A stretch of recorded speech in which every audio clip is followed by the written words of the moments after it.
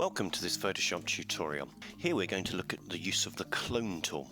Cloning is something that has been available in Photoshop for a long period of time, and it's a feature that we all use quite regularly. It's great for taking out little blemishes and various bits and pieces on photographs. Dust on the scanner as an example. Now here I've just done a quick before and after, so here's one I've prepared earlier, that good old speech. I've done two snapshots in the history. If I click onto the opening snapshot now, you'll see that there is a drain just by the copper's foot down there. In the second one I've cloned it out. So we're just going to go through this routine, and then the little pièce de résistance at the end is that if you want to do some more advanced cloning, I'm going to give you something else to have a go at. Now I'm going to go back to my original snapshot, and I'm going to hold down Apple and spacebar or Control and spacebar on Windows just to zoom in, and then just pop away my little history palette like that. Now the trick to cloning, I always think, is to constantly reset the clone point, and when I see people do this, is where I think they tend to go wrong is they try to do it too quickly. Now I'm just going to show you what I see most people do, is that obviously we've got the clone tool selected here. It's delivered through a brush. I'm going to use a soft-edged brush, so rather than having a hard-edged brush, I've gone for one of these more soft-edged brushes. Now I'm cloning at full opacity.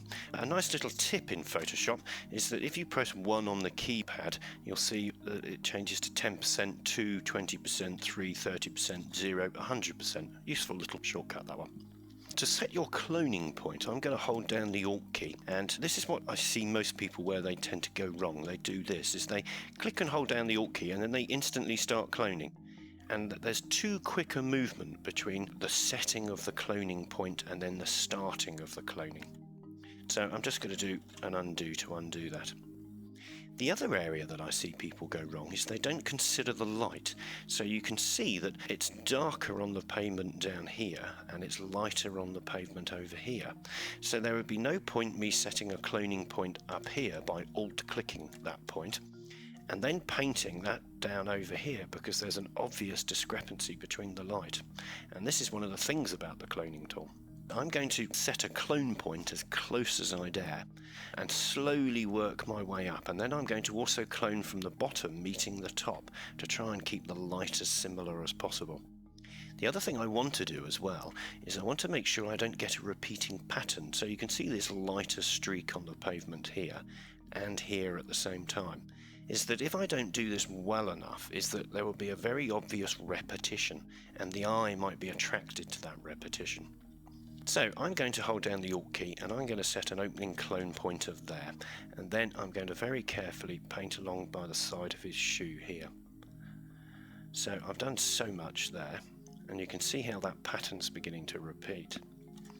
Now I'm going to click over to here, hold down the Alt key, and then start to clone some of the back over to here at the same time.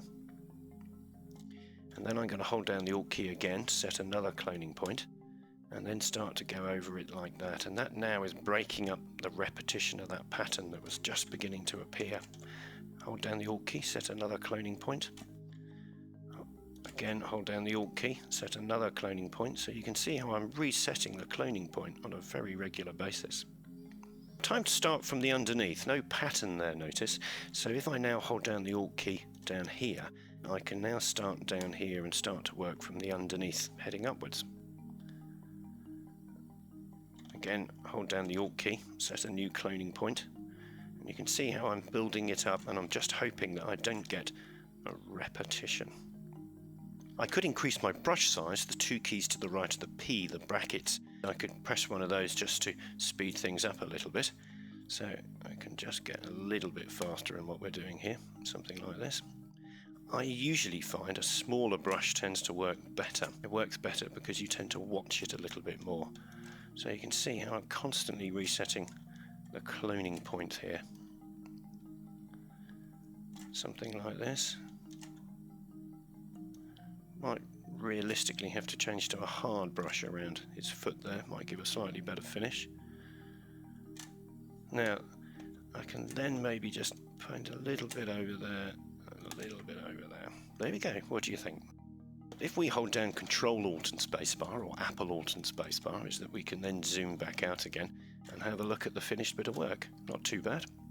I'm going to click onto my history, and I'm going to hit this little button down here which allows us to take another snapshot. And if I double click that, I can then rename it, and I could call it second snapshot. So I can then review the individual versions. So there was the original, there was the opening one that I did, and there's the one that I've done just in front of you guys there. I actually think that's better than the one I did before I started this, in actual fact. One of the things that you might want to try next, and this is a real challenge, and I would expect to take you about 15-20 minutes. You see this little parking meter here, is to clone that out the best you can. And what's really difficult about this is, of course, it goes over this Westminster Council label here, and you've got to get the lines aligned, the line of the bin here, and the lines running around the edge here. And this is really teaches you've got to zoom in and out, change your brush sizes, sometimes hard edge, soft edge brushes, constantly resetting the zooming point. The trick is to get the lines to line up correctly, but you can, with a bit of practice, do that perfectly. There we go, using the cloning tool in Photoshop.